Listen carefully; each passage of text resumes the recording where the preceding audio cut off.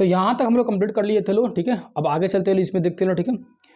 आते हैं चौथे नंबर चैप्टर तक। चौथे नंबर चैप्टर का क्या नेम लिखा हुआ है, तो उपनिवेशवाद एवं जनजातीय समाज। उपनिवेशवाद तो आपको पहले ही से पता है, कितना बार बता चुका कि गुलाम वाला क्षेत्र को उपनिवेशवाद बोला था। अब जनजातीय समाज मतलब होता है, जनजाति मतलब होता है आदिवासी। देखते हैं यहाँ पर, तो यहाँ लिखा हुआ सीधे सीधे कि जनजाति मतलब क्या होता है, आदिवासी, ठीक है। क्या होता है जनजाति मतलब आदिवासी कहते हैं।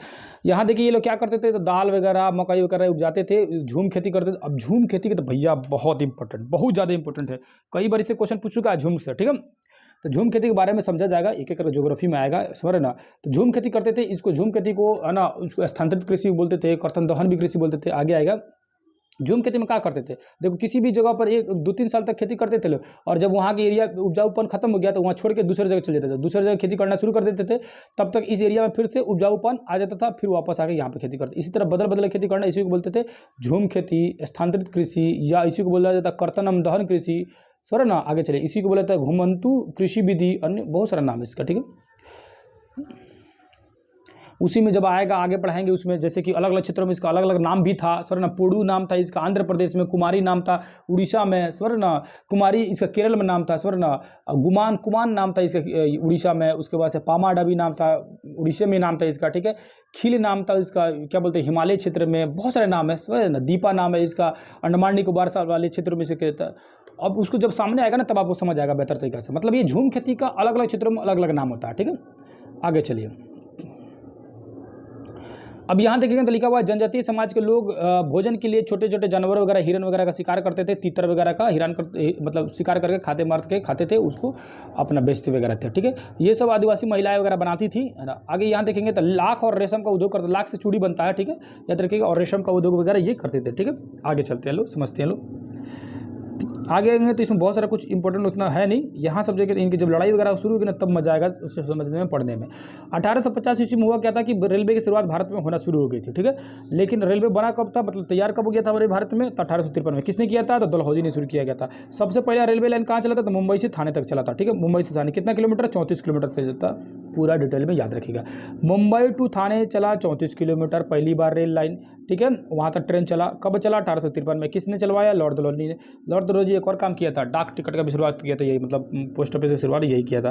तो रेलवे लाइन बिछाना सब कब शुरू कर दिए थे, 1850 ईस्वी में, ठीक है। एक यहाँ पर एक वर्ड आएगा स्लीपर, देखना यहाँ पर लिखा होगा स्लीपर, ठीक है। ये स्लीपर क्या है, तो स्लीपर जो था ना, पहले देखो ये हम लोग रेलवे लाइन था, इसके बीच में लकड़ी लगाया जाता था, ऐसे लकड़ी लगाया जाता था, ठीक है, पहले लगता था। अब तो पता नहीं तुम लोग देखा भी होगा, अब तो देखता होगा प्लास्टर ऐसे लगा होता था, इस पर रेलवे लाइन ऐसे जा रहा है, ठीक है, रेलवे लाइन ऐसे दौड़ते रहता है, और नीचे प्लास्टर का लगा रहा था, पहले लकड़ी का लगा रहता था, उसी को बोलते थे स्लीपर, ठीक है, समझा गया ना। अब यहाँ बहुत इंपॉर्टेंट है, क्वेश्चन पूछा हुआ है एग्जामों में, फिर से अब ध्यान से देख लीजिए। क्वेश्चन पूछता है वन विभाग की स्थापना कब किया था, 1864 में। और वन अधिनियम कब लागू हुआ था, 1865 में। देखो अधिनियम बाद में बना और विभाग की स्थापना पहले हो गई। वन विभाग की स्थापना 1864 में, नियम कानून बाद में बना, अधिनियम 1865 में। तो 64 में बन गया कौन, विभाग। 65 में हो गया क्या, वन अधिनियम लागू। आगे आइए, यहाँ पर देखिए, यहाँ पर एक और 1878 ईस्वी में एक कानून बनाया गया, जिसमें क्या किया गया, जंगल को 2 भागों में बांट दिया, एक कर दिया गया आरक्षित, एक अनारक्षित। मतलब आरक्षित मतलब हो गया क्या, रिजर्व हो गया, सरकार ऊपर कब्जा कर लिया, उस पर न जाने देगा न आने देगा।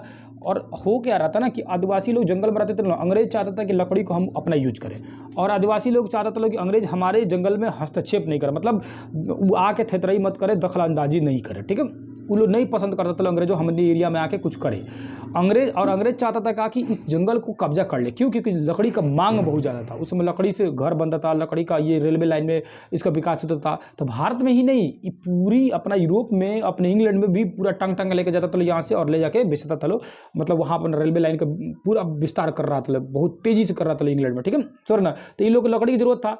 अब ये चाहते थे कि आदिवासी लोग जो है ना, इन लोग को हटा दिया जाए और जंगल कब्जा कर लेते, सर ना, जंगल को कब्जा करते जा रहे थे। अभी क्या, ये कानून बना दिया 1878 ईस्वी में, बोले कि भाई साहब अंग्रेज जितने भी मतलब जितने भी आदिवासी है, अब जो जंगल में आप लोग कुछ नहीं कीजिएगा, ये जो एरिया है आरक्षित एरिया हो गया, मतलब कब्जा हो गया इस पर सरकार की, आपको जो है अनारक्षित एरिया, ये मतलब कि जो एरिया हम छोड़ दिए उस पर जाके रहिए, ठीक है।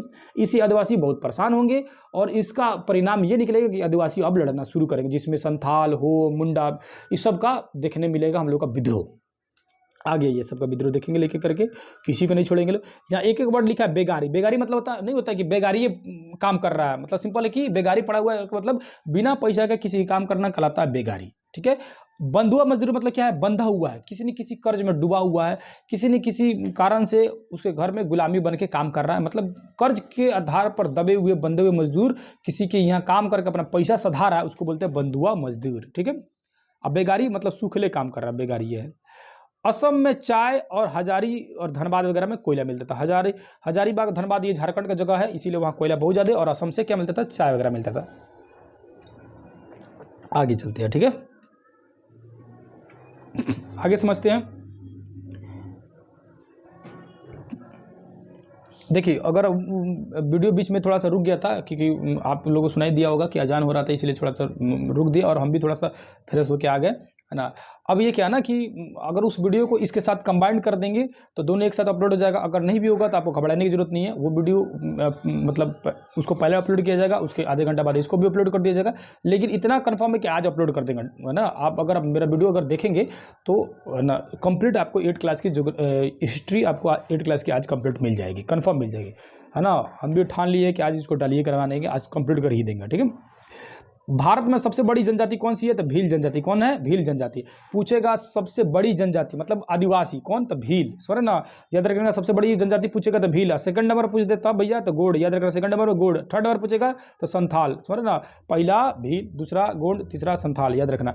और ये भील जनजाति कहाँ ज़्यादा होते हैं, तो भील जनजाति जो है ये जो है गुजरात, मध्य प्रदेश, आंध्र प्रदेश और त्रिपुरा वगैरह एरिया में ये सब ज़्यादा पाए जाते हैं, ठीक है। आगे चलिए, गोंडवाना लैंड से आए वाले लोगों को गोंड कहा जाता है। गोंड जनजाति कौन थे, गोंडवाना लैंड। गोंडवाना लैंड, अंगारा लैंड, ये तो ज्योग्राफी का टॉपिक है, आपको पता होना चाहिए, है ना। पहले दुनिया पूरी 2 भागों में बटी हुई थी, अंगारा लैंड और गोंडवाना लैंड। गोंडवाना लैंड के भाग के ये दक्षिण भारत या हम लोग का भारत तो वहीं क्या है, ठीक है। यहाँ एक है क्या, उड़ीसा के कंद जाति, याद रखिएगा। उड़ीसा में क्या, ये क्वेश्चन आएगा, उड़ीसा में कंद जाति। उड़ीसा में कौन थे, कौन सी जाति थी, कंद जाति, ठीक है। सॉरी ना, कंधा बैठिए और उड़ जाइए। उड़ीसा में कौन थे, कंद जाति, ठीक है। आगे आइए, दीकू किसको बोलते थे, देखो ये क्वेश्चन एक बार एग्जाम में पूछा हुआ। दीकू गैर आदिवासी लोग थे, मतलब गैर आदिवासी सेठ, वही जो महाजन जो बोले थे पहले, उसी महाजन को बोला जाता था दीकू, सर ना। क्या करते थे, पैसा देते थे लोगों को, कर्जा देते थे ब्याज पर, सर ना। इन्हीं लोगों को बोला जाता था दीकू, सर। एक तरह से ये बिचौलिया थे, मतलब बिचौलिया क्या थे, है ना। अंग्रेज और जो लोग थे उन लोगों के बीच काम करने के लिए पैसा मदद करते थे। मदद कौन करते थे, ब्याज ले, मदद कौन फ्री में करता था लोग, ठूस ठूस के ब्याज लेते थे लोग, ठीक है। आगे चलो, बिरसा मुंडा की कहानी समझते लो, क्योंकि पीछे ही बता दिए कि भाई साहब जंगल में छेड़छाड़ कर रहे हैं तो आदिवासी चुप तो बैठेगा नहीं। अब ये बिरसा मुंडा की कहानी समझते हैं। बिरसा मुंडा बहुत ही फेमस, इन्हीं के 15 नवंबर इन्हीं के जन्मदिन पर पीछे ही बताया है कि हम लोग का झारखंड अलग हो गया आदिवासी के नाम पर, ठीक है। तो 15 नवंबर 1874 ईस्वी का जन्म हो रहा है। छोटा नागपुर प्रखंड, तमाड़ थाना, उलिहात गाँव, क्षेत्र चलकद, पूरा नाम याद रखिएगा। छोटा नागपुर प्रमंडल हो गया, तमाड़ थाना अंतर्गत हो गया, उलिहात गांव हो गया और क्षेत्र कौन सा हो गया, चलकद क्षेत्र हो गया, ठीक है। आगे चलते हैं, आगे समझते हैं। पिता का नाम क्या था इनका, बाबूजी के नाम था सुगना, याद रखिएगा। बाबूजी के नाम था सुगना, माई कदमी, माता का नाम कदमी, पिता का नाम क्या था, सुगना, ठीक है। पढ़ाई कहाँ हुआ था इनका, दीक्षित शिक्षा हुआ था जर्मन हाई स्कूल में, जर्मन मिशन स्कूल में इनका पढ़ाई हुआ था, ठीक है। आगे चलिएगा तो इसमें नीचे लिखा हुआ है कि 1895 इसमें बिरसा जो है इनको कुल देवता, जो इनकी कुल देवता जो होते हैं आदिवासियों को, उसको बोला जाता है सिंह बोगा। कुल देवता इनके थे तो इनका नाम सिंह बोगा। इनसे इनका संपर्क होता है, मतलब ये बोलते हैं कि हमको रात में सोते हुए थे तो हम कुल देवता हमारे सपने में आए थे और मतलब हमको ऐसे से बोले हैं करने के लिए, वही बताते हैं। तो कुल देवता से इनका दर्शन होता है 1895 में। आगे ये अंग्रेज कमिश्नर को मतलब ये लड़ाई करना शुरू करेंगे अंग्रेज मिशनरियों से। 25 दिसंबर 1899 ईस्वी को अंग्रेज मिशनरियों पर क्या करते हैं, ईसाई मिशनरियों पर ये आक्रमण करते थे। कब करते हैं, तो अंग्रेजों के खिलाफ लड़ाई कब लड़ते हैं, 25 दिसंबर 1899 में। इनको पकड़ लिया जाता, जेल में डाल दिया जाता, जहां 2 जून 1900 को तो 1874 में पैदा लिए, है ना। और महज 26 साल बाद 2 जून 1900 को क्या हो गया, इनका मृत्यु हो गया। कहाँ, रांची जेल में। याद रट लेना सब भाई, रांची जेल में। कहाँ, रांची जेल में बीमारी हो गया हैजा को, ठीक है ना। हैजा बीमारी मतलब पेट खराब, जोर ना। अब वहीं पे मर गए। अब यहाँ देखो ये लिखा हुआ क्या, 1902 में गुमला और 1905 इसमें खूंटी अनुमंडल का गठन हुआ, ठीक है। तो पूछे गुमला 1902, खूंटी 1905। तो याद रखना खूंटा 4 गो होता है, ठीक है। चारू कोना खूंटा, तो एक कोना और भी बढ़ा देना, चारों कोना खूंटा लगा दे, एगो हाथ में लिए हुए। तो खूंटा जो है 1905, है ना। क्या हुआ, अनुमंडल है। अनुमंडल मालूम है बिहार में कितने अनुमंडल, 101 अनुमंडल है, ठीक है ना। याद रट लीजिए, बिहार में अनुमंडल की संख्या 101, 101, ठीक है। छोटा नागपुर काश्तकारी अधिनियम कब लागू होता है? तो 1908 में। अब छोटा नागपुर काश्तकारी अधिनियम भी 1908 में, खूंटी अनुमंडल 1905 में, और गुमला अनुमंडल कब से? 1902 में सब बना दिया गया। ठीक है, आगे ये लोग की कहानी पूरा दिया हुआ है, इधर आइए, यहाँ देते हैं जेलिया रंग आंदोलन। बहुत जबरदस्त मजेदार कहानी है, सुनिएगा। अब ये आदिवासी देखो, बिरसा मुंडा जो थे एक वही थोड़ी लड़ेंगे, ठीक है, मुंडा विद्रोह जो किए, ठीक है, जिनका जन्म 15 नवंबर 1874 भी पढ़ लिए। ठीक है, अब आगे और भी आदिवासी अपना शुरू किए। उत्तर पूर्वी भारत, उत्तर पूर्वी भारत मतलब क्या होता है कि ये सेवन सिस्टर वाले की बात कर रहे हैं, ये नॉर्थ ईस्ट वाले साइड में, ठीक है, इधर के। तो उत्तर पूर्वी भारत के नागा जनजाति, तो पूछेगा नागा जनजाति किन क्षेत्रों के हैं? तो उत्तर पूर्वी भारत का। ठीक है, सॉरी, ध्यान से देखिएगा। मणिपुर के युवराज थे टिकेंद्र सिंह। टिकेंद्र सिंह कौन थे? मणिपुर है ना के कौन थे? युवराज टिकेंद्र सिंह। ठीक है, ये जो मणिपुर के टिकेंद्र सिंह थे, इनको क्या किया गया? अंग्रेज फांसी पर चढ़ा दिया, जिसकी वजह से हल्ला हो गया ढेर, पूर्वोत्तर भारत के लोग खिसिया गए। अब मणिपुर में जेमई, लियांगमेई, रांगमेई नामक नागा जनजाति, 3 गो जनजाति था। तो पूछेगा जेमई, लियांगमेई, रांगमेई। अब मेई मेई मेई देगा तो मोय मोय हो जाएगा, ऐसा नहीं है, नाम पूरा याद रखना सर, तो पता चला कौन और मेई दे दिया तो मोय मोय हो जाएगा लोग। तो याद रखना, जेमई, लियांगमेई और रांगमेई, ये तीनों जनजाति जो है कहाँ की है? मणिपुर के है। यह क्वेश्चन सिर्फ पूछ दे, जेमई, लियांगमेई, रांगमेई निम्न में से क्या है? एक बार क्वेश्चन पूछा था गारो खासी जयंतिया का। ठीक है, तो जेमई, लियांगमेई और रांगमेई ये तीनों क्या है? जनजाति है। क्या है भैया? जनजाति है। पिछले बार पहाड़ पूछा था, तो इस बार जनजाति पूछ देगा। ठीक है, तो ये कौन सी जनजाति है? तो नागा जनजाति है। कहाँ की जनजाति है? मणिपुर की जनजाति। कहाँ का भैया? नागा जनजाति, जैसे भी पूर्वोत्तर भारत के होते हैं लो। ठीक, तो जेमई, लियांगमेई, रांगमेई ये तीनों क्या है? नागा जनजाति है। ठीक है, कहाँ की है? मणिपुर की है। ये तीनों जनजाति खिसिया गए। काहे खिसिया गए? तो इनके युवराज जो थे टिकेंद्र सिंह को मार दिया गया था, फांसी पर लटका दिया गया था अंग्रेजों द्वारा। ठीक है, अब ये उसी में एक और नेता थे, उनका नाम था जोदोनांग। क्या नाम था? जोदोनांग। ठीक है, जोदोनांग रांगमेई जनजाति के नेता का नेतृत्व थे। ठीक है, अब ये नाम था इनका जोदोनांग। ये सब कोई मिल गया लो, मिंग के क्या किया लो? आंदोलन शुरू किया लो 1920 ईस्वी में। उस आंदोलन को नाम रखा गया जेलियांग रांग। कैसे? देखो, जे से जेमई, यांग से लियांगमेई से में यांग में आ जाएगा लियांगमेई वाला, और रांग आ जाएगा इस वाला रंग का। तो जेमिलिया रंग, तो ये जगह जेलिया मिलांग रंग। ठीक है, तीनों का मिला के हो गया जेलियांग रंग आंदोलन। ठीक है, ये कहाँ के जेलियांग रंग? पूछेगा किससे संबंधित, तो बोलिएगा भाई साहब किससे संबंधित? तो उड़ीसा के नागा जनजाति से संबंधित है। सॉरी, उड़ीसा बोल दिए, देख ला, मणिपुर के उड़ीसा बोल दिए। उड़ीसा में तो कंद जनजाति थे। मणिपुर के उत्तर पूर्वी भारत में मणिपुर के जनजाति से थे ये कौन से? जमेई, लियांगमांग, रांगनेई जनजाति। ठीक है, नागा जनजाति थे। ठीक है, इन्हीं के तीनों को सम्मिलित रूप से ज्यांदनांग रंग आंदोलन शुरू किया गया। आगे चलकर गांधी जी ने क्या किया? इसको सोयनावगी आंदोलन में इसको जोड़ दिया, है ना। तो क्वेश्चन पूछ भी सकता है कि जेलियांग रंग आंदोलन बाद में किससे जुड़ गया? तो सोयना अवज्ञा आंदोलन से शुरू किया, जो गांधी जी द्वारा शुरू किया गया। कब? डांडी मार्च के बाद सोयना अवज्ञा आंदोलन।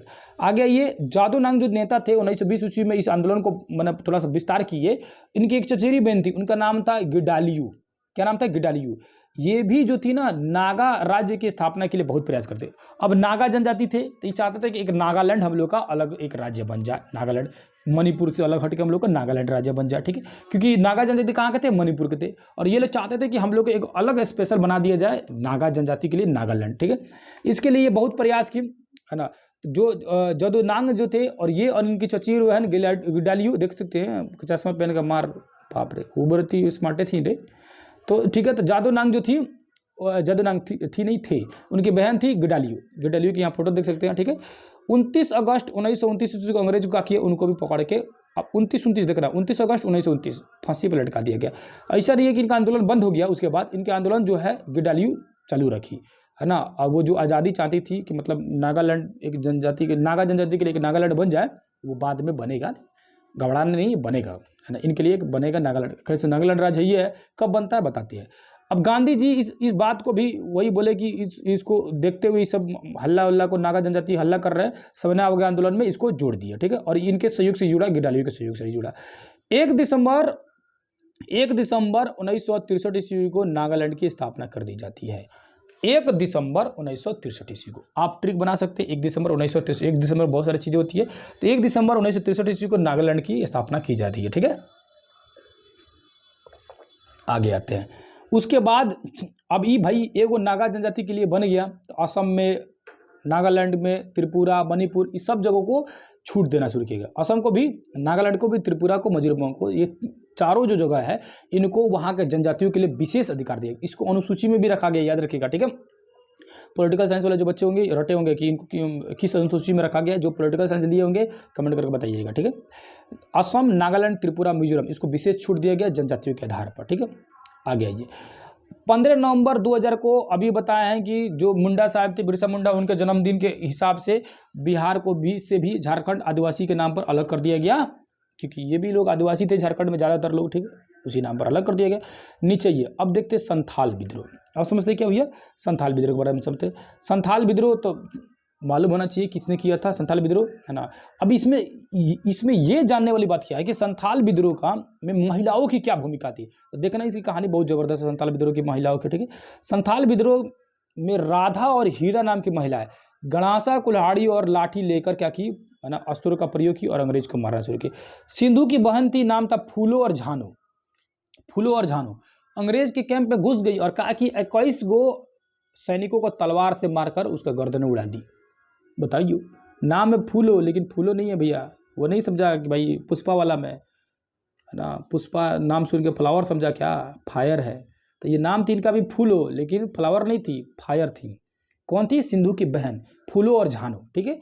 ये क्या कि 21 गुड़ा के गर्दन उड़ा दिया लोग अंग्रेज के कैंप में घुस के। 1899 ईस्वी में मुंडा विद्रोह होता है, जिसको बिरसा मुंडा आप लोग सुने लो। 1899 में अब ये पढ़े लो 25 दिसंबर 1899 ईस्वी को, मतलब ईसाई कमिश्नरी पर हमला बोलते हैं, ये कौन, बिरसा मुंडा, ठीक है। मुंडा में भी उनकी महिला दोस्त थी, उनका नाम था, साथी थी साली और चंपी। साली और चंपी इनकी दोस्त थी, वो भी इनके साथ साथ थी, स्मरण। आगे बिरसा मुंडा के जो थे उनका दोस्त था एक गया मुंडा की उनकी पत्नी थी मानी बाई की बेटी थी थीगी और नागी और लेम्बू। थीगी, नागी, लेम्बू, ये सब क्या किए थे लोग, है ना, तलवार, गणासी, भाला, बरछा, जो भी था अंग्रेज ये आदिवासियों का हथियार, वो सब हथियार लेके क्या किए थे, अंग्रेजों के खिलाफ उतर गए थे आंदोलन में, ठीक है। महिलाओं ने मतलब ये सपोर्ट किया था, वही बात के बारे में बता रहा है। ताना भगत आंदोलन में जतरा भगत के बाद लीथू उराव जनजाति की महिलाओं ने नेतृत्व संभाला। तो ताना भगत का आंदोलन किसने किया था, तो याद रखिएगा ना, ताना भगत के नेता कौन थे, जतरा भगत, ठीक है। उनके बाद कौन महिला ने सपोर्ट की, तो लीथू उराव नाम की महिला ने सपोर्ट किया, ठीक है। आगे आइए। अब ये उत्तर पूर्वी क्षेत्र में अभी हम लोग पढ़े लोग गुडालियू कौन थी, जदिया नांग की उनकी बहन थी, ठीक है, वो भी शुरू की थी। गोंड महिला राजमोहिनी ये भी थी, गोंड जनजाति के जो नेता थी, महिला नेता की सिर्फ बात किया जा रहा है यहाँ पर, ठीक है। आते हैं अब चौथे नंबर चैप्टर का क्वेश्चन। जनजातीय समाज के लोग आम भाषा में उनको क्या कहते हैं, तो भैया आदिवासी कहते हैं, आपको पता है। दीकू किसको कहा जाता है, गैर आदिवासी को। बिरसा मुंडा किस क्षेत्र के थे, मतलब पूछेगा प्रखंड तो बताएगा छोटा नागपुर, ठीक है, कौन से छोटा नागपुर का, ठीक है। वो पूछेगा कि भाई साहब मतलब छोटा नागपुर जो थाना था कौन था, तमाड़ थाना क्षेत्र था, गांव उलिहात था, क्षेत्र जो था वो था कौन सा, ना, ये चलकर क्षेत्र था, ठीक है। आगे ये गिडालियू ने अंग्रेजी साम्राज्य की दमनकारी कानूनों को नहीं मानने का भाव जनजातियों को लगाकर गांधी जी ने किस आंदोलन में इसको जोड़ दिया। सिंपल से जो कि सोनिया गांधी आंदोलन में ये उनका आंदोलन जुड़ गया था, ठीक है। झारखंड राज्य किस राज्य से अलग हुआ था, बिहार से अलग हुआ, कब हुआ, 15 नवंबर 2000 को। यहाँ देखो जादो नांग किससे मैच करेगा, तो जेलियारांग आंदोलन से मैच करेगा। बिरसा मुंडा किससे संबंधित है, तो सी बोगा, इनके जो भगवान थे इनसे दर्शन इनका हुआ, ठीक है। कंद जाति कहाँ थे, ऊपर ही बोले हैं कि उड़ीसा में। टिकेंद्रजीत सिंह कहाँ के थे, मणिपुर के थे, राजकुमार, जिनको फांसी पर लटका दिया, जिनकी वजह से ही तो नागा जनजाति वाले लोग जनजाति शुरू कर, मतलब आंदोलन शुरू कर दिए। जतरा भगत थे कौन से संबंधित, ताना भगत से संबंधित, ठीक है। आते हैं अगले चैप्टर नंबर 5।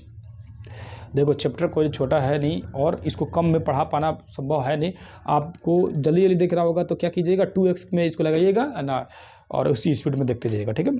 ढाके की मलमल, बंगाल की लखनऊ छीट, अहमदाबाद की धोतिया दुपट्टे, नागपुर के मुर्शिदाबाद की रेशमी किनारे वाली कपड़े, ये सब क्या है, उद्योग है, कपड़ा है, वहाँ पर फेमस है। इस जगह पर ढाका में क्या फेमस है, मलमल, ठीक है। बंगाल और लखनऊ में छीट, ठीक है। अहमदाबाद की धोतिया और दुपट्टा, नागपुर तथा मुर्शिदाबाद में रेशमी कपड़े वाले किनारे वाले कपड़े। एशिया के देशों से, एशिया में जितना भी देश था, जो जैसे चीन था, भारत था, है ना, इंडोनेशिया था, ये सब जो जितने भी देश थे, श्रीलंका था, ये सब चीज़ों से का उठा के लेके जाते थे लोग, हम लोग अंग्रेजों सब, हम लोग कहाँ लेके अंग्रेज लेके जाते थे लोग। तो चीन से क्या ले जाते थे लोग, चाय, चीनी मिट्टी के बर्तन, इंडोनेशिया से मसाला और इत्र, अरब से कहवा, खजूर और शहद। अरब से क्या? कहवा, खजूर और शहद। सबको मालूम होगा खजूर तो वहीं पे मिलता है, ठीक है। आदि का आयात करते थे, लेके जाते थे, खरीद के लेके जाते थे अंग्रेजों। जहाँ नीचे लिखा हुआ है वही ऊपर जो लिखा था, बंगाल में ढाका जो जगह था वो उद्योग के लिए फेमस था। गुजरात में अहमदाबाद, सूरत और भचौड़ भड़ौच। उत्तर प्रदेश में लखनऊ, बनारस, जौनपुर, आगरा। कर्नाटक में बंगलौर। तमिलनाडु में कोयम्बटूर, मदुरई। आंध्र प्रदेश में विशाखापट्टनम और मछलीपट्टनम, है ना। और कश्मीर में ऊन वस्त्र के लिए प्रसिद्ध था। सिर्फ इतना याद रखो कि कश्मीर जो था किसके लिए फेमस था? ऊन वस्त्र के लिए फेमस था। आगे आते आगे समझते। इंग्लैंड की महारानी एलिजाबेथ ऊपर पढ़े लो, जो ईस्ट इंडिया कंपनी को 31 दिसंबर 1600 ईस्वी को स्थापना करवाती हैं और 15 साल के लिए एक अधिकार दे देती है और बोलती है जाओ भारत में जाकर जितना लूटना है लूट लो। यहाँ देखो क्या लिखा हुआ है, यहाँ एक बहुत ज़बरदस्त चीज़ लिखा हुआ है, बहुत इंपॉर्टेंट, देखिएगा तो पता चलेगा। पुर्तगाली जब भारत में आते ना, तो भारत में जब आए तो सूती कपड़ा उनको मिला। तो सूती कपड़ा मिला कहाँ से उनको? पुर्तगाली आए कहाँ थे? कालीकट बंदरगाह पे आए थे। जब वो कालीकट बंदरगाह पे आए थे तो वो जहाँ सूती कपड़ा मिला ना, तो उसका नाम रख दिया कैलिको, क्योंकि कालीकट से मिला तो नाम पड़ गया कैलिको। लेकिन उसी तरह का सूती कपड़ा कहाँ मिलता था? उन लोग को मिलता था इराक में भी। कहाँ मिलता था? इराक में भी। और इराक वाला भारत से लेकर जाता था लोग, तो इराक के शहर मोसल में वो बेचाता था, मोसल में। तो यूरोप वाला जब इराक से खरीदता था लोग तो उसको बोलते थे मसलिन, यानी कि एक ही सूती कपड़ा भारत के कालीकट से ले जाते थे चलो, तो इसका नाम पड़ता था कैलिको। जैसे मैंने पूछेगा ना कोई यूरोप वाला कि कहाँ से लेके आया, मैंने कौन सा सूती कपड़ा था? कैलिको सूती कपड़ा, ये मतलब भारत का है। और जैसे बोलते थे लोग मसलिन, एक मतलब इराक के मोसल शहर का ये सूती कपड़ा है, ठीक है, समझ आ गया। सूती कपड़ा कहा है भैया इतना फेमस था? नीचे देखिए बहुत जबरदस्त कहानी लिखा हुआ है। 20 गज लंबा और 1 गज चौड़ा, 20 गज लंबा और 1 गज चौड़ा, सिंपल समझो साड़ी या धोती, ठीक है। उतना बड़ा क्या था? एक अंगूठी से निकाला जा सकता था, वरना एक अंगूठी समझते हो कि उंगली फिंगर लगने वाला, इतना पतला कर दिया जाता था उसको, मतलब इतना कि इतना सॉफ्ट था कि उस अंगूठी में से निकल जाता था। इतना 20 गज लंबा और 1 गज चौड़ा अंगूठी में से निकल जाता था। 6 महीने लगता था भैया उसको बनाने में, ऐसे सूती कपड़ा बनाने में, बहुत जबरदस्त बनता था। कैलिको अधिनियम इसी तरह अंग्रेजों ने ला दिया लो इंग्लैंड वाला 1720 ईस्वी में। कैलिको अधिनियम कि भैया कैलिको अधिनियम के तहत माने जो सूती कपड़ा है कैसे बेचाएगा, कितना टैक्स लगेगा, कहाँ कहाँ बेचाएगा, ये सब लगा दिया। ठीक है, आगे चलते हैं। कैलिको अधिनियम कब आया? तो रट लीजिएगा 1720 ईस्वी में। कब आया? 1720 ईस्वी में, ठीक है। आगे चलते हैं। यहाँ लिखा हुआ 1813 ईस्वी में इंग्लैंड का एकाधिकार जो था, मुक्त व्यापार की नीति आई खत्म, मतलब एकाधिकार का नीति जो है वो धीरे धीरे खत्म करने की कोशिश किया गया। तो मुक्त व्यापार की नीति मतलब क्या हुआ? अंग्रेज जो था समझना, ये नहीं कि भारतीय के लिए मुक्त व्यापार कर दिया लो। अंग्रेज ब्रिटेन वाला जो था ना, वो देखा कि कंपनी कितना लूट रहा है, तो ब्रिटेन वाला बोल दिया कि अब जो है आप ही मत लूटिएगा।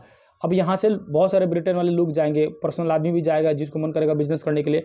तो वही उसी को बोला गया मुक्त व्यापार की नीति। तो 1813 ईस्वी में मुक्त व्यापार की नीति शुरू कर दिया गया। किसके लिए? आम, मतलब वहाँ का ब्रिटेन के आम लोगों के लिए, कि आप जाइए भारत में मुक्त व्यापार कर सकते हैं, मतलब आप पे कोई टैक्स वगैरह नहीं लिया जाएगा, कोनो कंपनी आपको नहीं रोकेगा। क्योंकि उस समय कंपनी भारत में राज कर रही थी, इंग्लैंड वाली कंपनी, ईस्ट इंडिया कंपनी। तो कंपनी बोल दिया कि आप इसमें छेड़छाड़ मत कीजिएगा। अब आप लूट रहे थे, अब आपके संग संग इंग्लैंड का बहुत सारे लोग जाकर लूटेगा, मन भर लूटेगा, ठीक है। 1813 ईस्वी में, ठीक है। लेकिन चाय जो चीन पर जो था ना, जो चीन पर कब्जा था ना, चाय वगैरह चीनी वगैरह का, चीनी मिट्टी के बर्तन का, उस पर कब्जा बना रहा। मतलब चीन पर कब्जा बना रहा, किसका? कंपनी का भी। वो 1833 ईस्वी में खत्म हुआ, 1833 में खत्म हुआ, ठीक है। तो पूछेगा चीन पर जो कब्जा बना कर रखा था कंपनी वाला, है ना, कंपनी बना कर रखा, उसका कब्जा कब खत्म हो रहा? 1833 में। और पूरे भारत में मतलब मुक्त व्यापार के लिए छोड़ दिया, है ना, इंग्लैंड, ये मतलब ये कंपनी कब? 1813 ईस्वी में। आगे आते हैं। मुक्त व्यापार की नीति वही हो गया ना, मुक्त व्यापार की नीति मतलब कंपनी के अलावा कोई भी यहाँ पर व्यापार कर सकता था, इंग्लैंड के निवासी, ठीक है। आगे चलते, आगे समझते हैं इसमें, आगे आते हैं। लिखा नी औद्योगिकरण का अर्थ क्या होता है? नी औद्योगिकरण मतलब सिंपल समझो क्या होता है। इसका मतलब होता है कि जब बड़े बड़े उद्योग धंधे लगना शुरू होते हैं तो छोटा उद्योग धंधा खत्म हो जाता है, तब मजबूरी में लोग अपना उद्योग धंधा बंद करके क्या करने लगता है? खेती बाड़ी करने लगता है। इसी को बोलते हैं नी औद्योगिकरण। माने उद्योग लगने से छोटे का उद्योग खत्म, लोग उतर गए खेती करने में, इसी को बोला गया नी औद्योगिकरण, ठीक है। यहाँ देखो लिखा हुआ 1854 में पहली सूती वस्त्र का कारखाना कावस जी नानाजी दाबर नामक एक पारसी व्यक्ति ने स्थापित किया, ठीक है। ये क्वेश्चन पूछा हुआ है, ठीक है, यह रट लीजिएगा। पहली बात की पहली सूती मिल बैठाया गया कब? 1854 में। कहाँ बैठाया गया? तो मुंबई में। कहाँ भैया? मुंबई में। कौन सा था? तो सूती कपड़ा का था। किसने बैठाया? था कावस जी नानाजी दाबर नामक पारसी व्यापारी, ठीक है। 1880 ईस्वी में पूरे भारत में कितना को हो गया, 56 को सूती कपड़ा हो गया, ठीक है, 56 को मिल मतलब बैठा दिया गया, ठीक है। यहाँ देखेंगे तो ये भी बहुत ज़बरदस्त चीज़ है। 1855 ईस्वी में क्या हुआ, बंगाल के रिसरा में पहली जूट मिल स्थापित किया गया। तो क्वेश्चन पूछेगा जूट मिल की स्थापना कहाँ, तो बंगाल में। जगह कहाँ है, रिसरा, है ना, जगह कहाँ भैया, तो रिसरा में। कब, तो 1855 ईस्वी में, रट लीजिएगा। कोयला के खान का उद्योग कब लग गया, 1906 ईस्वी में। कब लग गया, 1906 ईस्वी में। जिसके बाद जमशेदजी टाटा जो थे 1907 ईस्वी में झारखंड के साकची नामक स्थान में टिस्को की स्थापना कर दी। टिस्को की स्थापना, Tata iron steel company organisation, ठीक है, इसकी स्थापना कर देते कौन, जमशेदजी टाटा। आगे आइए, आगे समझते हैं और क्या इंपॉर्टेंट है इसमें। यहां देखेंगे तो लिखा हुआ है का, है ना, 1920 के दशक में जेबी बिरला जो भारतीय उद्योगपति थे वो क्या किए, एक संघ बनाना चाहते थे सर ना, जो आगे आएगा व्यापारियों का संघ जो होता है ना, ऑल इंडिया ट्रेड यूनियन जो स्थापना हुई AITUC की, है ना, ऑल इंडिया ट्रेड यूनियन की स्थापना ये 1920 में होती है। किसके सहयोग से होती है, तो JD बिरला के सहयोग से होती है। और फिक्की की स्थापना, है ना, federation of Indian chambers of commerce and industry, इसकी स्थापना 1927 में होती है। कब होती है, 1927 ईस्वी में, ठीक है। आगे चलो, सबसे बड़ा उद्योग कपड़ा बनाने का और सूत काटने का उद्योग था, मतलब सबसे बड़ा उद्योग आज भी है, वस्त्र उद्योग, कपड़ा उद्योग सबसे बड़ा उद्योग है। दूसरा उद्योग था उस समय भी जूट का उद्योग सबसे बड़ा, तीसरा उद्योग था कोयला उद्योग, ठीक है। तो आज भी वस्त्र उद्योग 1 नंबर में है भारत में, मतलब सबसे बड़ा उद्योग जो काम देने वाला है। यहाँ देखो कि भारत में सूती कपड़ा का उद्योग का मुख्य केंद्र क्या था, मुंबई था। अभी बोले सूती कपड़ा 1854 ईस्वी में मुंबई से ही शुरू हुआ, ठीक है। उसके बाद चाय के लिए फेमस था असम वगैरह जो क्षेत्र था, बंगाल जो क्षेत्र था वो फेमस है। लोगों 15 से 16 घंटे तक, 18 घंटा तक काम करना पड़ता था। देख लो, बाप रे, गजब काम करना पड़ता था यार, 6 घंटा का छूट, 18 घंटा तक काम, ठीक है, 18 घंटा तक काम करना पड़ता। देख रहे काम की स्थिति, इतना खतरनाक स्थिति था, ठीक है। यहाँ देखो लिखा हुआ का झरिया गिरिडीह कोयले खाने के लिए था। यहाँ 6 बजे सुबह से लेकर 6 बजे शाम तक काम करना पड़ता है। झरिया गिरिडीह झारखंड में कोयला निकाला जाता है, ठीक है। 1923 ईस्वी में सरकार ने दुर्घटना बीमा योजना की शुरुआत की। अभी क्या है दुर्घटना बीमा योजना, मतलब कि कोई काम करते हुए मर जाएगा तो उसको कुछ ना कुछ मुआवजा का टाइप में देगा, लेकिन मुआवजा मिलता नहीं था भैया, बड़ी मुश्किल होता था मुआवजा लेना। बस इतना याद रखिए, दुर्घटना बीमा योजना कब बना, 1923 ईस्वी में। स्त्री और बच्चों को 14 घंटा काम करना पड़ता था गर्मी के दिनों में, और जाड़ा के दिन में 12 घंटा। स्त्री और बच्चा हो तो गर्मी दिन में 14 घंटा और जाड़े के दिन में 12 घंटा तक काम करना पड़ता था, ठीक है। आ गया कितना काम करना पड़ता। बिजली का आविष्कार हो गया अमरैया, मतलब बिजली का आविष्कार मतलब क्या है ना, बिजली लग गया, बिजली का बल अपने भारत में 1880 ईस्वी में। अब तो और ही काम करवाता था लोग पूरा रगड़ के कि अब बिजली लग गया और काम करो, ठीक है। आ गया वही बोले हैं कि AITUC की स्थापना, ऑल इंडिया ट्रेड यूनियन की स्थापना हो जाती है 1920 ईस्वी में, ठीक है। और उसके बाद न्यूनतम मजदूरी मिल कानून, न्यूनतम मजदूरी कानून फिक्स कर दिया गया, मतलब कि कम से कम कितना पैसे दे दीजिएगा, मतलब कोई भी मजदूर के, जैसे मान के चलिए आपके एरिया में मजदूरों का रेट कितना होगा, जो काम करते होंगे लेबर वगैरह, आपके घर में काम करते होंगे 400 चलता होगा, 400, 450, 500, ठीक है।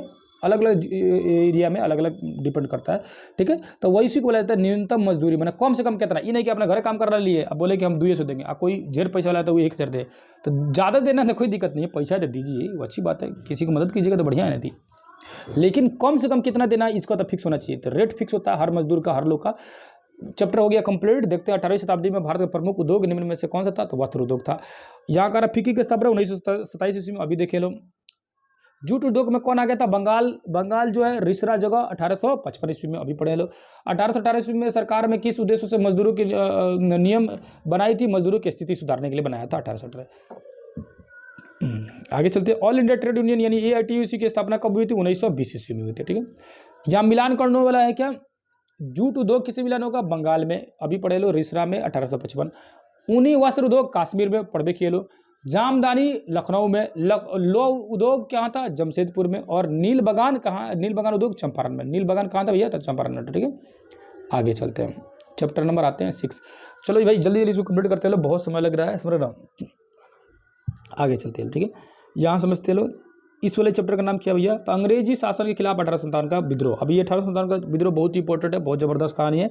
1857 का विद्रोह काहे होता है, इसको एक एक करके समझते लो। सिंपल समझो यहाँ पर कि अंग्रेज सैनिकों में काम करने वाले जो सिपाही थे उनको 7 रुपये मिलता था, पैदल चलने वाले को, पैदल को 7, और घोड़ा बढ़ गए तो 27 रुपया। कितना रुपया, 27 यानी 27 रुपया। पैदल चलिएगा तो 7 यानी साथ साथ चलिए तो 7 रुपया, और घोड़ा बढ़ गया तो 20 रुपये एक्स्ट्रा मिल जाएगा यानी 27 रुपया, ठीक है। लेकिन दिक्कत क्या था कि भारतीय लोगों को ना हवलदार और सूबेदार से बड़ा का पोस्ट नहीं मिलता था, हवलदार और सूबेदार से बड़ा नहीं बन सकते थे, ठीक है, उससे बड़े पोस्ट पर नहीं आ सकते थे, ठीक है। आगे चलिए, उसके बाद देखो कानून यहाँ लिखा हुआ है कि 1856 में कानून बनाया गया। इसके तहत क्या गया, समुद्र पार करने के लिए सैनिकों को जाने के लिए कहा गया। देखो हिंदू धर्म को मान्यता था कि समुद्र पे हम लोग पार नहीं करेंगे लोग, और ये अंग्रेजों ने कानून बना लिया लोग 1856 में कि समुद्र को पार जाना पड़ेगा। इसलिए बना रहे थे कि मान के चलिए दूसरे देश में लड़ाई होगा तो इन लोगों को टांग के लेके जाएंगे, ठीक है। और भारत के हिंदू लोग जो थे नहीं जाते थे, कहते थे कि नहीं समुद्र के रास्ते हम जेबे नहीं करेंगे। जहाँ जो है मिट गया, लेकिन काम का चीज़ है। जहाँ हम इसको पढ़ पढ़ के बता देते हैं, आपको समझ आएगा तो बताइएगा, ठीक है। नहीं समझ आएगा कोई बात नहीं है, खाली सुन तो लो। लिखा पहला बहादुर शाह जफर 11 से 12 मई 1857 दिल्ली से थे। क्वेश्चन क्या है इसमें, ये चीज़ दिया क्या है, पूछता है कि 1857 का विद्रोह कौन कहाँ से किया, तो बहादुर शाह जफर किए थे दिल्ली से। कब, 11 से 12 मई 1857। लिखा है नाना साहब तत्या टोपे कब किए थे, तो 5 जून 1857 कानपुर से थे। नाना साहब कानपुर से, या तत्या टोपे। उसके बाद बेगम हजरत महल लखनऊ से, ठीक है। रानी लक्ष्मीबाई ग्वालियर झांसी से, ठीक है ना। उसके बाद क्या लिखा है, इनायत अली कहाँ से थे, इलाहाबाद से, ठीक है। उसको लिखा है कुंवर सिंह, तो कुंवर सिंह कहाँ से थे, तो आरा जगदीशपुर अपना बिहार से, ठीक है। उसके बाद क्या लिखा है, खान बहादुर खां, है ना, खान बहादुर खां बरेली से। खान बहादुर खां कहाँ से, बरेली से। मौलवी अहमदुल्ला कहाँ से थे, तो फैजाबाद से थे, ठीक है। मौलवी अहमदुल्ला फैजाबाद से, ठीक है।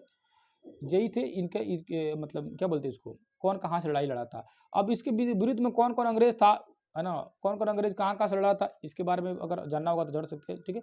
बहादुर शाह जफर के से लड़ा था अंग्रेज कौन, तो निकलसन या हडसन। बोला कि अब मुगलों अब निकल यहाँ से, मुगलों को निकाल दिया, ठीक है। कैंपवेल में कैंप बना के बैठल था, किसके लिए, नाना साहब के तात्या टोपे के लिए और बेगम हजरत महल के लिए। ये कौन था, कैंपवेल, ठीक है। रानी लक्ष्मीबाई बड़ी मतलब बहादुर वीरांगना थी, बहुत ज़्यादा ज़बरदस्त लड़ी थी, ठीक है। तो इनको पकड़ने के लिए कौन आया था, हीरोज आया था। स्वर्णा हीरोज मतलब हीरो, समझो कि अंग्रेज को हीरो कहाँ बोला जाए, लेकिन मजबूरी में बोलना पड़ रहा है ट्रिक से। तो रानी लक्ष्मीबाई हीरोइन की तरह थी, मतलब ज़बरदस्त, है ना। और हीरोज कौन, हीरो उनको मतलब पकड़ने आया, ठीक है। तो हीरोज कौन लड़ा था, रानी लक्ष्मीबाई से लड़ा था, ठीक है, समझा गया ना। अब उसके बाद लियाकत अली जो थे उनके खिलाफ में कौन आया था अंग्रेज लड़ने के लिए, कर्नल नील, ठीक है ना। तो अली को नील कर दिया, ठीक है। अली नील एक ही नाम आया था उसमें, दोनों में लॉ नील अली, ठीक है। कुंवर सिंह से कौन लड़ाई आया था, तो विलियम था, और ठीक है ना, विलियम हेक्टर था, सॉरी ना, विलियम हेक्टर नाम के पता नहीं क्या लिखा, सॉरी ना। तो ये कुंवर सिंह से लड़ने आया था, ठीक है, जगदीशपुर में, ठीक है। बाकी लोग का नाम नहीं दिया कि कौन इनसे कौन लड़ने आया था, ठीक है। बस इतना याद रखिएगा। निकलसन किसके साथ था, तो निकाल दिया किसको, बहादुर शाह जफर को, है ना। बोला कि निकल अब साइड में। कैंप लगा कर बैठा था किन के लिए, नाना साहब तत्या टोपे और बेगम हजरत महल के लिए कैंप लगा बैठा था, मतलब उसका नाम था कैंपबेल। ट्रिक है भैया। आगे चलिए, आगे चलते हैं। तो 1856 में एक अंग्रेज अधिकारी, है ना, नाम था डलहौजी ने क्या किया, 1856 में से एक अंग्रेज अधिकारी जनरल लॉ डलहौजी ने सेना के समाज में जुड़ाव को स्पष्ट करते हुए बोला, मतलब सिंपल समझो कि इसमें जानने वाले क्या आया था, 1856 ईस्वी में कौन सेनापति था, तो डलहौजी था, बस लॉर्ड नफोर्ड डलहौजी था। अभी देखो ये बवाल होता है कि सैनिक विद्रोह का इनफील्ड राइफल की वजह से। अभी इसमें कहा था, तो भाई इसमें इसमें इसका जो खोल बना हुआ था ना, जिसमें गोली रखा जाता था, वो गोली का जो खोल था, इसमें बवाल हो गया क्या कि ये जो गोली का जो खोल है, ये खोल बना हुआ कैची का, सुअर और गाय के चर्बी से बना हुआ है, ठीक है। इसी पर बवाल हो गया। अब सुअर को मुस्लिम छू नहीं सकता, और गाय और सुअर दोनों को हिंदू धर्म के लोग माने, उससे तो भाई नफरतें हैं, है कि नहीं भैया। आगे चलिए। अब यही था, देखो मुंह से ऐसे लगा के निकाल के उसमें डाल के, तब उसके बाद ऐसे भर के मारना पड़ता था। इसके खिलाफ में जो थे कौन थे, मंगल पांडे, पांडे जी थे। पांडे जी बर्दाश्त करते नहीं। 29 मार्च 1857 को रट लीजिएगा, 29 मार्च 1857 को, ठीक है। 29 मार्च 1857 को बैरकपुर छावनी से जो थे कौन थे, मंगल पांडे, हमला बोल दिए कि हम ना बनते तोरा, और ना मंगल पांडे खिसिया के वहाँ के जो अंग्रेज था उसको टपका दिए, जिसकी वजह से 8 अप्रैल 1857 ईस्वी को इनको फांसी पर लटका दिया गया। 8 अप्रैल 1857 ईस्वी को।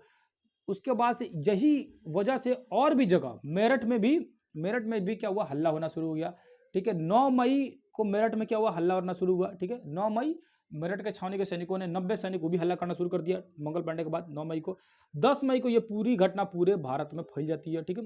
पूरे छावनी में फैल जाता है हल्ला, पूरे सिपाही हल्ला कर देते हैं, ठीक है। तो घटना क्या था, 29, देखो फिर से देख लो इसको, 29 मार्च से शुरू होती है, 8 अप्रैल को फांसी दिया जाता है, 9 मई, 8 अप्रैल के बाद एक महीना बाद 9 मई को मेरठ में हल्ला हो जाता है, 10 मई को पूरे भारत में फैल जाता है, ठीक है। आ गया। उसके बाद क्या है कि मराठों के आखिरी पेशवा बाजीराव द्वितीय थे, जिनका दत्तक पुत्र थे नाना साहब। बाजीराव द्वितीय वही जब पानीपत का तीसरा युद्ध हुआ था तो उसमें इनको है ना, उसके बाद इनकी भी मृत्यु हो गई थी है ना, जब मराठों की हार हो गई थी तो। और तात्या टोपे का जो नाना साहब जो थे, नाना साहब के सहयोगी थे तात्या टोपे और अहमदुल्ला। याद रखिएगा, तात्या टोपे और अहमदुल्ला, ये दोनों नाम याद करना जरूरी है, क्योंकि अहमदुल्ला आपको याद नहीं रहेगा, तो याद रखिएगा नाना साहब के जो सहयोगी थे तात्या टोपे और अहमदुल्ला। ठीक है। लखनऊ से कौन थे? बेगम हजरत महल। ठीक है। फैजाबाद से कौन थे? मौलवी अहमदुल्ला, अभी पढ़े लो। ठीक है। फैजाबाद से थे। बरेली में कौन थे? बरेली जो क्या बोलते हैं उसको, बरेली में सिपाही वाला कौन था? सिपाही बख्त खान था, ये भी हल्ला कर दिया था। उसके बताइए, असल में इस बगावत से पहले से ही बिहार में वहाबी आंदोलन अंग्रेजों के खिलाफ में चुनौती दे रहा था। अब देखो, ये जो 1857 की क्रांति हुआ ना, उससे पहले बिहार में वहाबी आंदोलन जोर शोर से चल रहा था। चला कौन रहा था? दो गो मौलवी चला रहे थे, जिनका नाम था अली बंधु, विनायत अली और इलायत अली, विलायत अली और इनायत अली। ठीक है। अब ये वहाबी आंदोलन क्या था, है ना? अब उसके अलावा प्रमुख और 3 गो नेता था, मोहम्मद हुसैन, अहमदुल्ला और है ना वायजहल हक। इनको पकड़ के जेल में डाल दिया गया। जैसे पीर अली भी खिसिया गया, पीर अली भी बोलने लगे, इनको भी पकड़ लिया गया। पीर अली किताब बेचते थे पटना में, इनकी किताबों के दुकानों को जला दिया सब अंग्रेजों ने। ठीक है। अब ये वहाबी आंदोलन क्या था जिसको हम बोल रहे थे? वहाबी आंदोलन अरब में शुरू किया गया था, एक नाम था अब्दुल वहाब द्वारा। ये क्या कर रहा था कि अंग्रेज जो है ना हमारी संस्कृति को खराब कर रहे हैं, इनको हटाओ जल्दी से। ठीक है। तो इसी को बोला गया वहाबी आंदोलन। भारत में है ना शुरू किए थे कौन? और पूछेगा भारत में, तब सैयद अहमद शुरू किए थे बरेली में। ठीक है। और बिहार में अली बंधु। ठीक है ना, सैयद अहमद शुरू किए थे पूरे भारत में, और बिहार में विनायत अली और इनायत अली। ये क्या थे? सहोदर भाई थे। ठीक है। सहोदर भाई। ठीक है। सहोदर भाई थे। ठीक है। आगे चलिए, मतलब 2 माँ के बेटा, एक पिता 2 माँ, उसी को बोला था सहोदर। ठीक है। यह आंदोलन 1822 से लेकर 1868 तक चला। ठीक है। आगे चलिए, कुंवर सिंह कहाँ के थे? तो भैया कुंवर सिंह आपको मालूम है जगदीशपुर आरा के थे। दानापुर जो सैनिक छावनी है उसको अपने साथ मिला के और क्या किए, है ना, अंग्रेजों पर हमला बोल दिए थे। बाद में इनको पकड़ने के लिए 25,000 रुपये का इनाम घोषित किया गया था कि जो पकड़ के लाएगा इनको 25,000 रुपये मिलेगा। इनके भाई थे उमर सिंह। उमर सिंह जो है छापामार शैली चलाते थे। छापामार शैली मतलब होता है छिपकर हमला करना। क्या बोलते हैं? छिपकर हमला करना। ठीक है। आगे चलते हैं। आंखों देखा गदर, माझा प्रवास। अब माझा प्रवास किसने लिखा था? तो याद रखिएगा विष्णुगढ़ गोडसे। माझा प्रवास जो कहानी है विष्णुगढ़ गोडसे लिखे है। ये क्या कहते हैं कि जब झांसी की रानी को पकड़ने के लिए जब आए थे अंग्रेज वन, तो वहां पे खड़ा होकर टुकुर टुकुर देख रहे थे। बाद में उसी पर एक कहानी लिखते हैं जिसका नाम रखते हैं माझा प्रवास, मतलब अपने आंख से देखे हुए हैं। कौन थे? विष्णु भक्त गोडसे। ठीक है। अब ये आजमगढ़ घोषणा पत्र होता है, कहिए आजमगढ़ घोषणा पत्र होता है 25 अगस्त 1857 ईस्वी को। 25 अगस्त 1800 जब वो लड़ाई होती है, लड़ाई 1857 क्रांति खत्म होती है, उसके बाद कौन सा घोषणा पत्र बनाया जाता है? तो आजमगढ़ घोषणा पत्र होता है। ठीक है। आजमगढ़ घोषणा पत्र। ठीक है। आगे चलिए, आगे पढ़ते हैं। इसमें मुगल बादशाह बहादुर शाह जफर है ना को पकड़ लिया जाता है, जो 1862 ईस्वी में इनको रंगूर जेल में भेज देते हैं, जहाँ इनकी मृत्यु देती है, और इनके आंख के सामने ही इनके बेटे को मार दिया जाता है। ठीक है। आगे चलते हैं। ठीक है। आगे चलते, विद्रोह के बाद का वर्ष 1858 ईस्वी में ब्रिटिश संसद ने ईस्ट इंडिया कंपनी को क्या किया? पहले ही बताया कि ईस्ट इंडिया कंपनी को अपने हाथ में ले लिया। कौन? है ना, ब्रिटिश जो शासक था वो ले लिया अपने हाथ में। ठीक है। बोला कि अब कंपनी का काम खत्म, अब हमारे हाथ में दे दो। उसके बाद सैनिकों में बहुत सारा सुधार किया गया। 2:5 जो हो गया था, समझ रहा, उसमें क्या कर दिया गया? अनुपात को सुधारा गया। और पहले क्या था ना कि भारतीय सैनिक ज़्यादा थे, जिसमें क्या हुआ ना कि 1857 के विद्रोह में भारतीय सैनिक भले ना बहुत सारे सैनिक तो साथ दिए थे, और उसके साथ साथ ही क्या किए गए थे, बहुत सारे सैनिक जो थे है ना चुपचाप बढ़ गए थे, अंग्रेज को पिटाने देने थे। अंग्रेज बहुत पिटाया था भयानक। ये क्वेश्चन से समझते हैं 1857 का विद्रोह कहाँ से हुआ था? तो मेरठ से शुरू हुआ था 1857 का विद्रोह। ठीक है। क्योंकि यहाँ बैरकपुर छावनी नहीं दिया, बैरकपुर छावनी से मंगल पांडे थे। मंगल पांडे कहाँ से थे? अभी बोल रहे वही बैरकपुर छावनी से थे, जो 29 मार्च को क्या बोलते थे ना, हल्ला बोले। 8 को इनको फांसी दिया गया, और 9 को पूरे मेरठ में हल्ला हुआ। 8 अप्रैल को, 9 मई को पूरे भारत ये मेरठ में हुआ, और 10 मई को पूरे भारत में पूरी तरह से फैल गया। झांसी का विद्रोह जो है, झांसी का विद्रोह देखेंगे किसके नेतृत्व में हुआ? तो लक्ष्मीबाई। कुंवर सिंह कहाँ के थे? जगदीशपुर के थे, है ना, आरा जगदीशपुर। ठीक है। वहाबी आंदोलन का नेतृत्व किसने किया? तो विलायत अली और इनके भाई थे इनायत अली। ठीक है। दोनों किए थे। जगदीशपुर कुंवर सिंह, कानपुर से नाना साहिब, तात्या टोपे और अहमदुल्ला, तीनों मैच कर जाएंगे, है ना। मैंने कानपुर से नहीं थे अहमदुल्ला, ऐसे फैजाबाद से थे, मैंने इनका सहयोगी थे, बस इतने जाने। दिल्ली से कौन थे? बहादुर शाह जफर, स्मरण ना, बहादुर शाह जफर थे, जिनको भी पकड़ कर रंगून जेल में इनको मृत्यु जाती है, पकड़ कर जेल में डाल देता है। लखनऊ से बेगम हजरत महल थी। माझा प्रवास किसने लिखा था? विष्णुगढ़ गोडसे, जो झांसी की कहानी के बारे में लिखा था। अब आते हैं हम लोग चैप्टर नंबर 7। क्या आते हैं लो भैया? Chapter number 7। ठीक है। यहाँ देखते लो चैप्टर नंबर 7 को, चैप्टर नंबर 6 कितना चैप्टर टोटल है ना, चैप्टर नंबर 7 देखते हैं ब्रिटिश शासन में शिक्षा। इसको थोड़ा जल्दी से कंप्लीट करेंगे लोग, समय का बहुत अभाव है, ठीक है। इसको देखते लो, इसको कंप्लीट करते लो। 1781 ईस्वी में कलकत्ता में है ना स्थापित मदरसा और बनारस में संस्कृत कॉलेज, यानी 1781 में सिंपल समझो कि क्या होता है, कोलकाता में एक मदरसा और संस्कृत कॉलेज की स्थापना की जाती है। आगे चलो, मदरसा क्या होता है, मदरसा मुसलमानों को पढ़ने के लिए एक धार्मिक मतलब स्कूल होता है जहाँ पर पढ़ा जाता है। कालिदास के द्वारा रचना कौन सी, तो अभिज्ञान शकुंतलम उसके बाद से है ना, याद रखिएगा ये अभिज्ञान शकुंतलम की रचना किसने किया था, कालिदास ने किया था, ठीक है। अब ये एक जोन साहब है, याद रखिए, इनका नाम याद रखिएगा, जोन साहब है, नौ आ रहा है, नौ जोन्स है ना, एगो आएगा है ना, एगो आएगा जेम्स, उसमें मो आएगा। जो जोन साहब थे बढ़िया थे, ये क्या करते थे, भारतीय संस्कृति को थोड़ा सा सपोर्ट कर रहे थे, बोल रहे थे भारतीय संस्कृति के हिसाब से लोगों को पढ़ाना चाहिए, भारतीय लोगों को, भारतीय बच्चों को पढ़ाना चाहिए। कलकत्ता में 1784 ईस्वी में ये एशियाटिक सोसाइटी ऑफ बंगाल की स्थापना कर रहे हैं। कौन कर रहा है, जोन साहब, याद रखिए, नौ जो है ये बढ़िया था, जोन साहब, ठीक है। 1784 ईस्वी में एशियाटिक सोसाइटी ऑफ बंगाल की स्थापना कर रहे हैं। आगे आइए, इसमें देखते हैं है ना। 1813 ईस्वी में क्या हुआ था कि ये हल्ला होना शुरू हो गया था कि भारतीय लोगों को शिक्षा में सुधार करना चाहिए और सुधार देना चाहिए, जिसके तहत क्या किया, अंग्रेज 1 लाख रुपया देने के लिए वादा किया कि 1 लाख रुपया खर्चा किया जाएगा शिक्षा में 1813 ईस्वी में, ठीक है। अब जो साहब थे वो बोल रहे थे क्या कि भारतीय लोगों को शिक्षा बढ़िया से दो, उनके संस्कृति के हिसाब से दो। लेकिन एगो जेम्स, देखो आ गया माँ वाला जेम्स, ये जेम्स और एक था मैकाले, ये दोनों चोट्टा था, ये करा था ना भारतीय संस्कृति को बंद करो, बकार भारतीय संस्कृति, इसका आलोचना करता था, और ये कहता था कि अंग्रेजी में शिक्षा दिया जाएगा और ब्रिटिश संस्कृति को शिक्षा दिया जाएगा, ठीक है। और अब यही नहीं बोलते थे, राजा राम मोहन राय भी थे, ये भी सपोर्ट करते थे इनका, है ना, मतलब बकलोल सबका, ठीक है। राजा राम मोहन राय भी चाहते थे कि मतलब थोड़ी सी वेस्टर्न कल्चर वाला, मतलब पश्चिमी सभ्यता वाली, और उस हिसाब से शिक्षा दिया जाए ताकि थोड़ा सा लोगों को, बच्चों को, है ना, थोड़ा सा एडवांस लेवल में समझ सके और थोड़ा सा ज़्यादा नॉलेज हो सके। जिसके तहत क्या हुआ कि 1835 में फाइनली डिसीजन लिया गया और मैकाले का ही बात माना गया। मैकाले क्या करता था, अंग्रेजी शिक्षा का पक्षधर था, अंग्रेजी शिक्षा से ही। अब बोला गया क्या कि जो आधुनिक स्तर का जो मतलब कि जो लो लेवल पर जो पढ़ाई होगी, यानी जो प्राइमरी स्कूल की पढ़ाई होगा उसमें मातृभाषा का यूज होगा, और जो हाई स्कूल की पढ़ाई होगी वो उसमें अंग्रेजी भाषा में पढ़ाया जाएगा, ठीक है।